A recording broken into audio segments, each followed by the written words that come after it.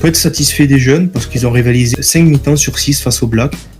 Et justement, un qui pourrait avoir gagné des points qui était à cette tournée, c'est Atisogbe qui avait joué en 15 lors du premier match et qui, moi, je pensais aller revenir en 15 justement pour ce troisième match. Et du coup, c'est lui qui est le gagnant, surtout que parmi, on va dire, les joueurs confirmés, même s'il a que 20 ans, Atisogbe, il a confirmé, Gaëtan aussi, Guillard est complètement affirmé dans son rôle. Donc lui, c'est vraiment le gagnant et il offre une nouvelle possibilité si Aldrit a des soucis, comme ça peut lui arriver. On sait qu'il avait pris une période de repos. Une pause, Donc voilà, c'est une valeur sûre que ce soit en seconde ligne et en troisième ligne. Donc c'est un luxe d'avoir un joueur comme Guillard. Picou, sans aucune surprise, il a assuré son rôle de capitaine, d'ancien. Et voilà, t'as un Alexandre Fischer qui s'est affirmé.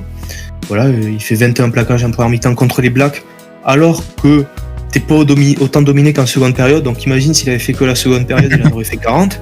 Ça aurait été colossal. Quand tu sais que la moyenne haute, elle est, on va dire, aux alentours des 17-18 plaquages sur un match, en avoir fait 21 sur une mi-temps, c'est colossal. Non, t'as des jeunes qui ont montré des belles petites choses. Voilà, j'ai beaucoup aimé le match d'Erdosio sur le troisième. Je l'ai trouvé hyper actif. Il était à 14 plaquages pour un pilier aussi, donc c'est assez impressionnant. Voilà, t'as Brennan qui semble